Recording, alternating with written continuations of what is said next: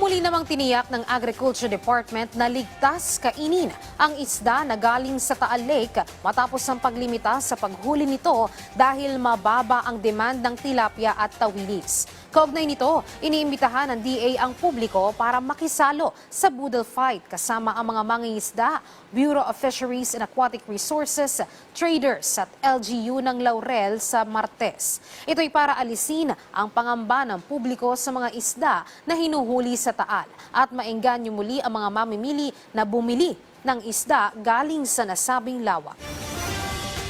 Una, yung tawilis, ang kinakain niyan plankton. So hindi siya sumisisid sa ilalim para kumain ng kung ano man. Pangalawa, ang tilapia, cage. Ang kinakain niya ay commercial feeds. Pangatlo, yung maliputo na masarap na nahuhuli doon, ang kinakain niya buhay na isda. Hindi siya kumakain ng decaying matter.